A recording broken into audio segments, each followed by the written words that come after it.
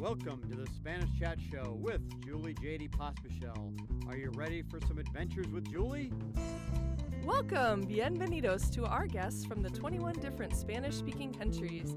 I have lived and traveled in 17 of them. I've written 6 conversational workbooks called Spanish Chatbooks and 10 culinary chatbooks, 20 mini chatbooks, and relax with me from A to Z in both English and Spanish. Find our online courses and activities at mychatcompany.com. We will chat about common themes in Spanish-speaking countries such as foods, holidays, and traditions that make us smile. Let's begin our Spanish-speaking smiles. Sonrisas de habla hispana. Hola, hello, this is Julie Jahde Pospishil, and this is our Spanish Chat Show with Hispanic highlights. And guess what? Today I have Brad Pospishil. Hi. My hero. So we've been married for 22 years and we had a guest cancel for our show and he just came in and we're going to do a show all about being bilingual. He's a Spanish teacher, high school Spanish teacher. And so we're going to talk all about being bilingual and the benefits of being bilingual. So we've raised our kids. We have 2 children and we've raised them to also be bilingual. Both of them have their Seal of Biliteracy, it's called. And if you don't know what that is, you can look it up on your state's website. There's also a Global Seal of Biliteracy, and then also a State Seal of Biliteracy. And then that usually helps them, if they go to college, they can get actually credits for that. You can show that Seal of Biliteracy with your diploma and different things like that. So being bilingual is really cool. We've raised our kids with the Omaha Public Schools dual language program. So they started in kindergarten. Tell us about how kindergarten went for the kids. Kindergarten was an experience. I remember the oldest would wear the same soccer jersey every day that it was Spanish. Because one day was Spanish and one day was English, and he always wanted this soccer jersey again. And it took us a while to realize that he was wearing the soccer jersey on the Spanish days. It was so beaten down by halfway through the year, and we wondered, why are you wearing, that's your Spanish day shirt. Spanish day. So he would go all day. His teacher at that time was from Colombia, and everything was in Spanish. They would give him books in Spanish and everything in Spanish. And then they would either go the next day or they kind of went half day. I think they switched to half days halfway through, but then they would go across the hall, and that teacher was just regular kindergarten, all in English. So they did that all the way through 5th grade, 6th grade. By the time they went to middle school, they went to the dual language program in middle school also.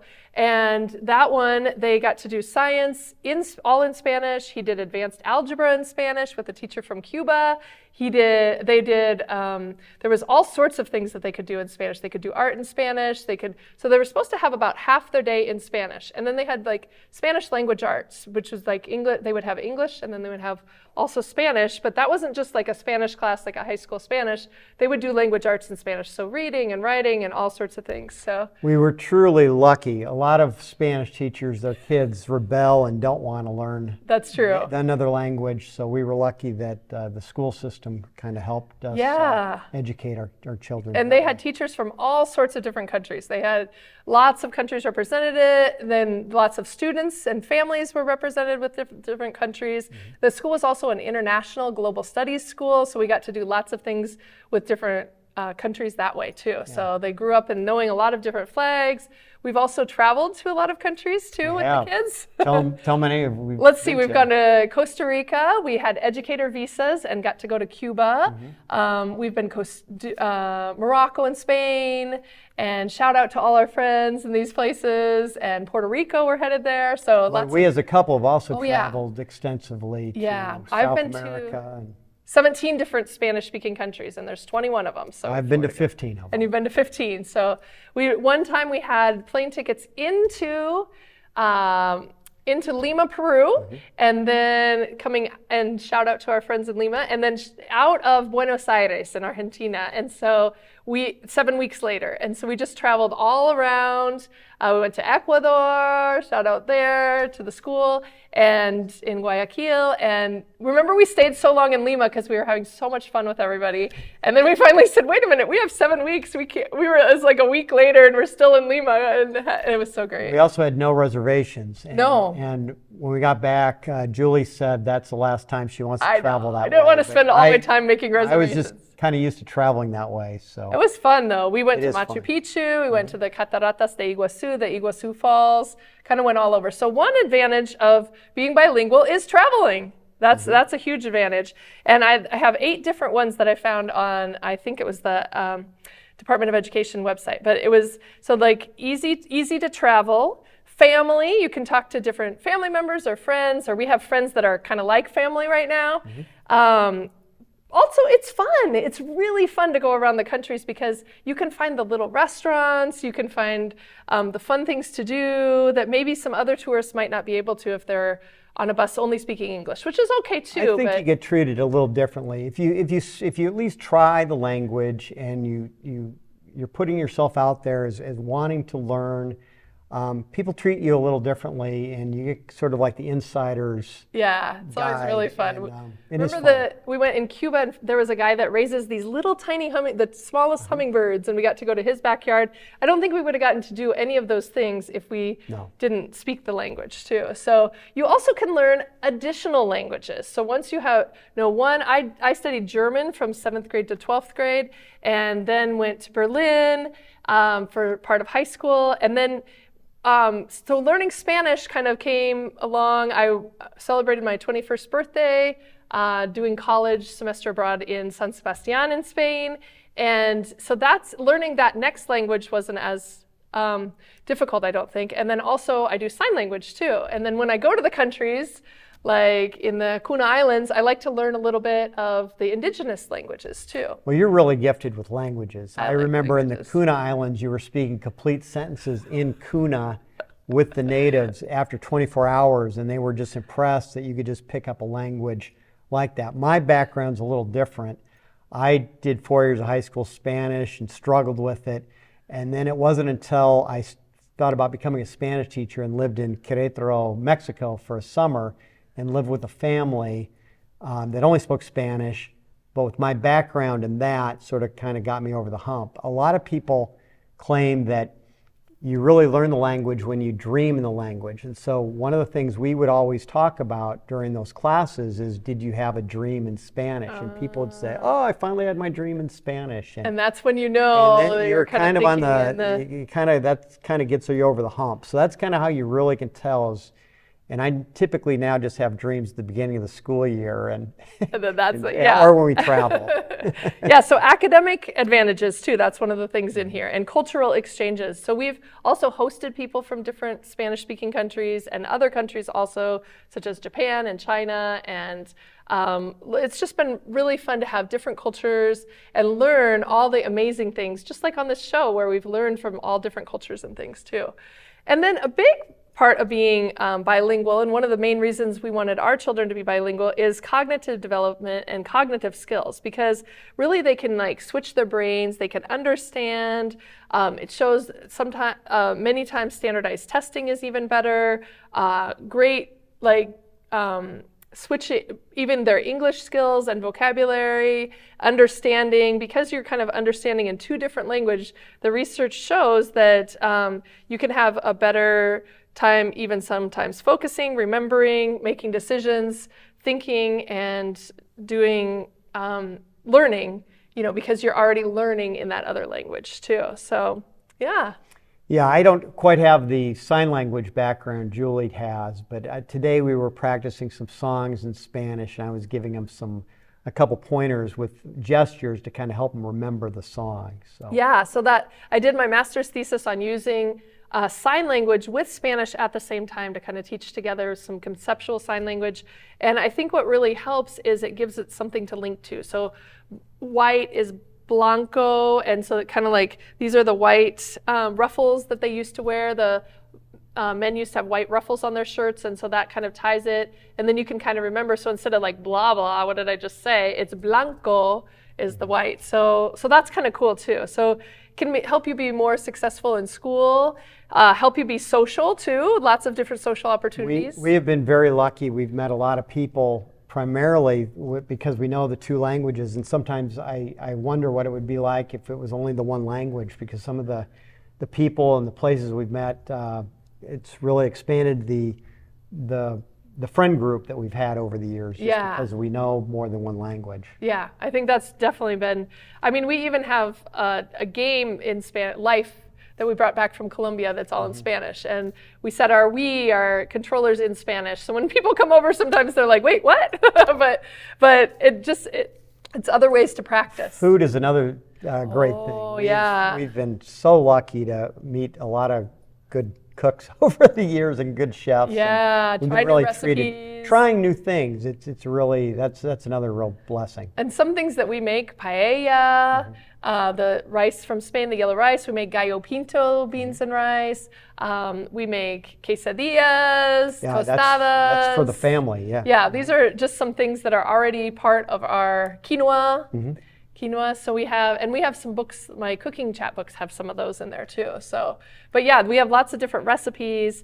So really, they say that there's many more. Getting jobs, things like that.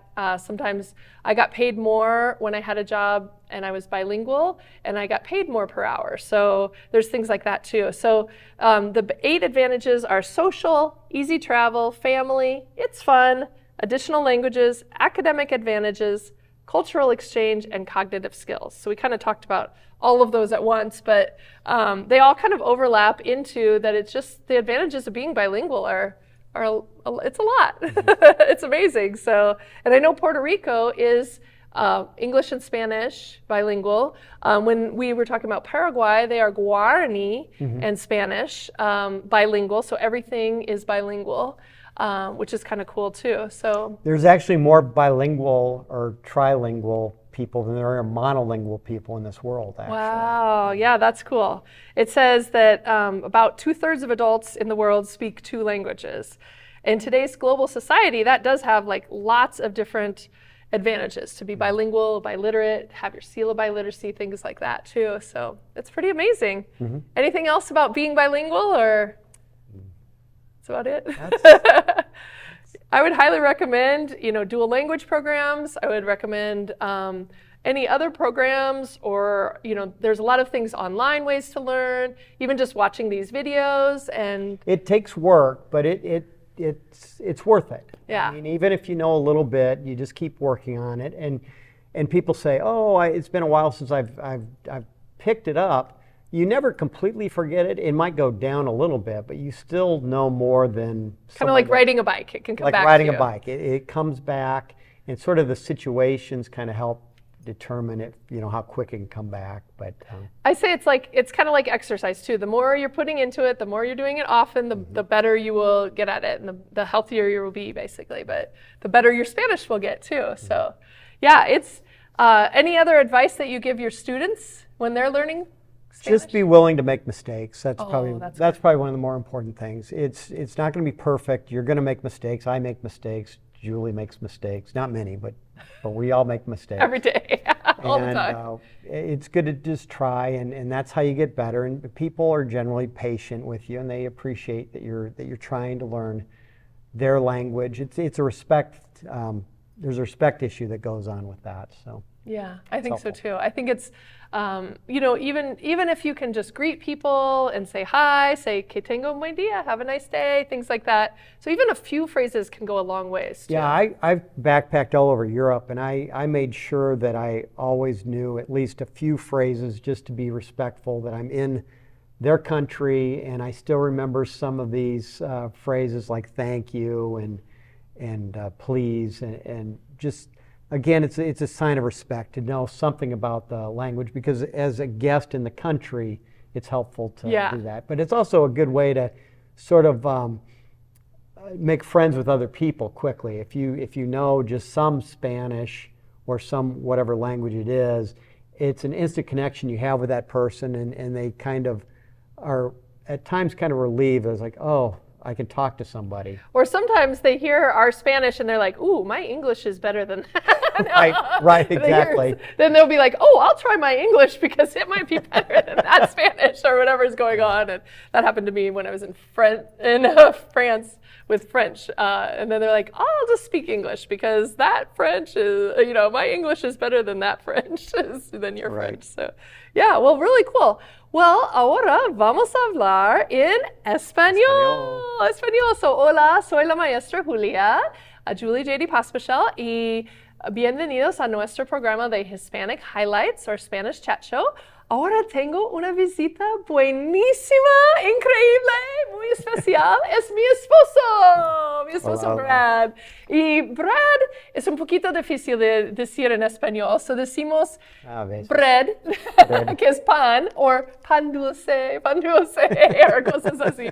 Pero so hoy vamos a hablar sobre los beneficios de ser bilingüe, porque nosotros somos bilingües y nuestros hijos también son bilingües. Tenemos 2 hijos y fueron al programa de 2 idiomas en la escuela de OPS. Ahora uno está en secundaria, el otro en la universidad, pero tienen ya su sello de biliteracidad. Y este sello está en su diploma y significa que son bilingües. Y ellos avanzaron desde kinder, empezaron en kinder la mitad del día en inglés y la mitad del día en español. Y ahora, desde entonces, ellos fueron a la middle school en español la mitad del día, más o menos, con clase de ciencias en español, clase de español, pero era el lenguaje, arte, historia, todos. Historia, sí, y matemáticas, álgebra en español.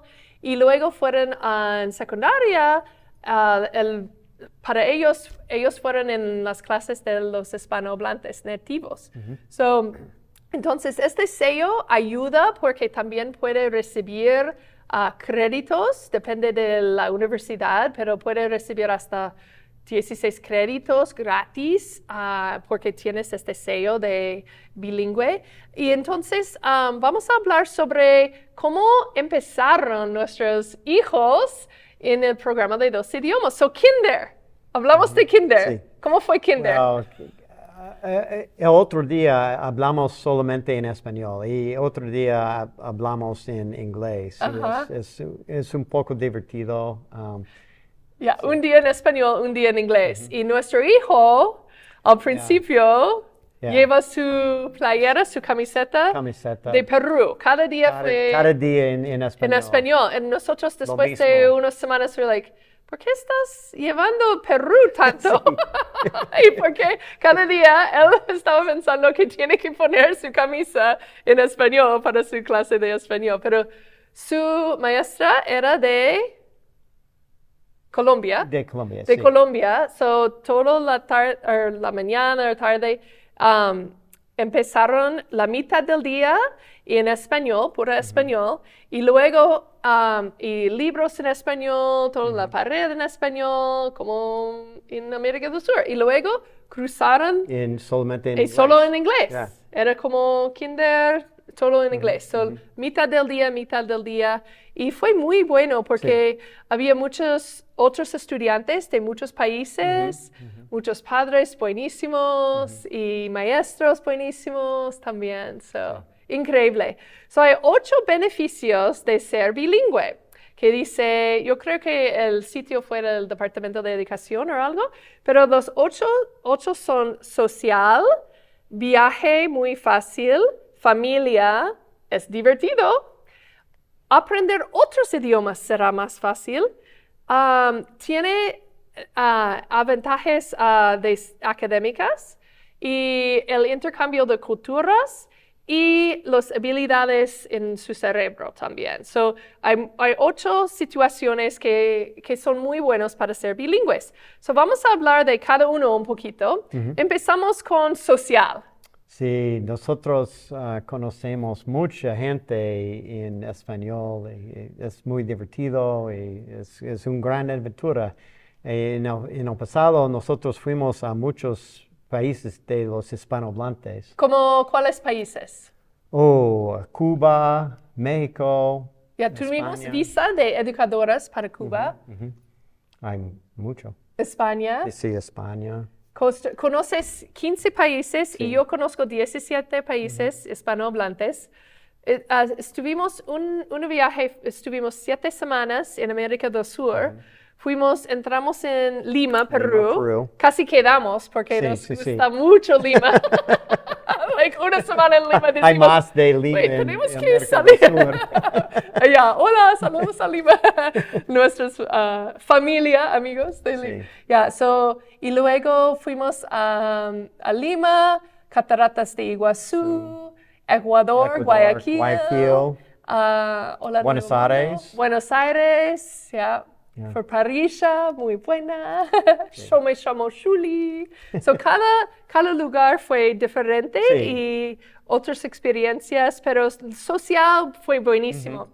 Y porque hablamos en español, podemos ir a restaurantes pequeñitos o podemos ir enfrente aquí. Hay muchos avantajes con nosotros sabemos en español. español. Sí, decimos aventuras con Julia. Sí, muchas aventuras también.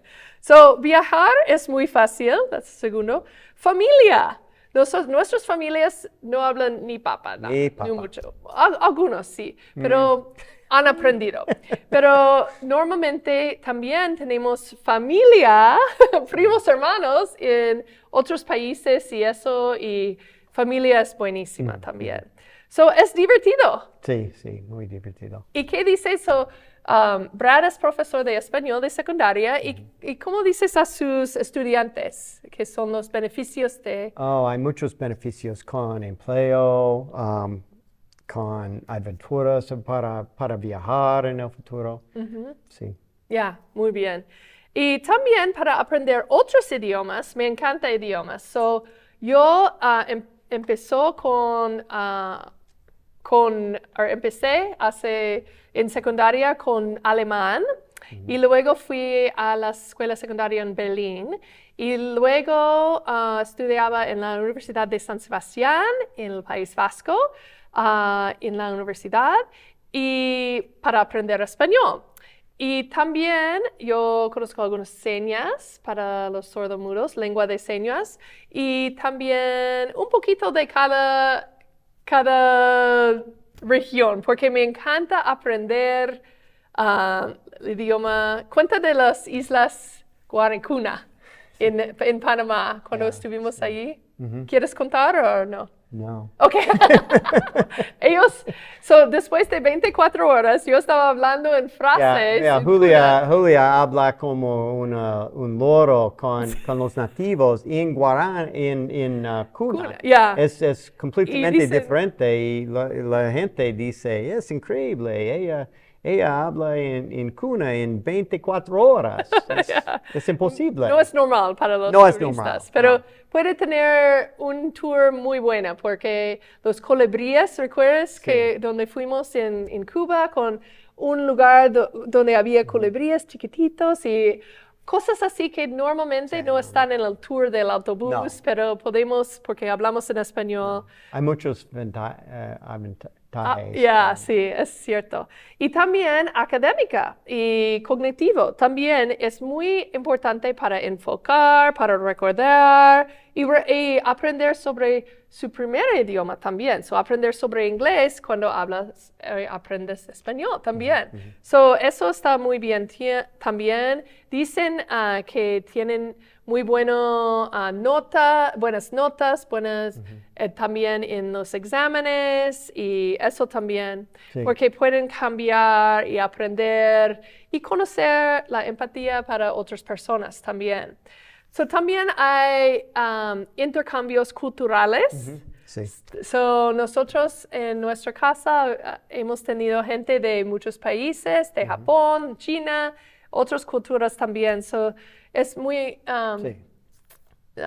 divertido. Es muy de divertido. conocer otras personas también. Social, viaje. Sí, ¿tienes algo más? No. No, hay muchos ventajas con aprender otros idiomas. Sí, yo estoy de acuerdo. Y So, como dicen en Puerto Rico, buen día. So, si solo conoces algunas palabras o decir gracias en el idioma, eso ayuda porque romper el hielo o también hacer a alguien más cómoda. O también a veces, como cuando yo fui en Francia, ellos dicen, su francés es tan horrible, vamos a hablar en inglés. Inglés, por favor. Inglés, por favor. Pero es muy bueno de conocer a la gente, conocer un país y apoyar gente también cuando conoces otro idioma. So, al final, yo creo que mi dicho favorito es aquí. Dice... Donde existe voluntad, siempre hay un camino. Ajá, so donde existe voluntad, siempre hay un camino. Eso viene de Argentina, de Buenos Aires, y yo creo que aunque nuestra familia no habla español, puede aprender, aunque tengo alguna falta. Y práctica es muy, muy, muy importante. Yeah, pero hay faltas. Hay faltas. Nosotros tenemos faltas. Yeah. Hay faltas. Y vas a tener falta en cualquier idioma, pero es para aprender paciencia Sí. y amistad. Porque mucha gente tiene paciencia con faltas. Sí. Ellos dicen, están intentando. Estamos bien. Muchas gracias por estar aquí conmigo hoy. Por supuesto. Sí, mi media naranja, príncipe azul, dice. Mi pan dulce. No, estamos casados por 22 años. 22 años ya. Y muchas aventuras en el futuro, muchas aventuras desde los... Ojalá, y yo creo que todo bien, pero lo bueno es de ser bilingüe, es de conocer que tiene superpoderes en dos, es otro superpoder, es otra cosa increíble en su vida, en su alma. Sí, por supuesto. So yo creo que es algo para celebrar, para honrar, y por eso quiero hacer este programa de Spanish Chatshow con mis libros de Spanish Chatbooks y para apoyar a la gente también que están aprendiendo y puede usar cualquier cosa para aprender, pero lo bueno es practicar, mucha práctica, right? Sí, por supuesto, mucha práctica. Y viajar. Sí. Porque cuando está viajando, tiene que practicar también. Poco a poco, voy a contarte un cuento más. Cuando estuvimos en Costa Rica, yo me llamo Julia, como Julia Roberts, dicen, y... Brad Pitt. Brad, casi. So I said, casi Julia Roberts, casi Brad Pitt. Había otro hombre que se llama Jesús. We were like, casi Jesús. Casi Julia, casi Brad. Y donde existe voluntad, siempre hay un camino casi perfecto. Pero poco a poco. Bueno, entonces, hasta luego. Hasta luego. Y muchas gracias. Que le vaya bien. Hasta luego. Hasta luego.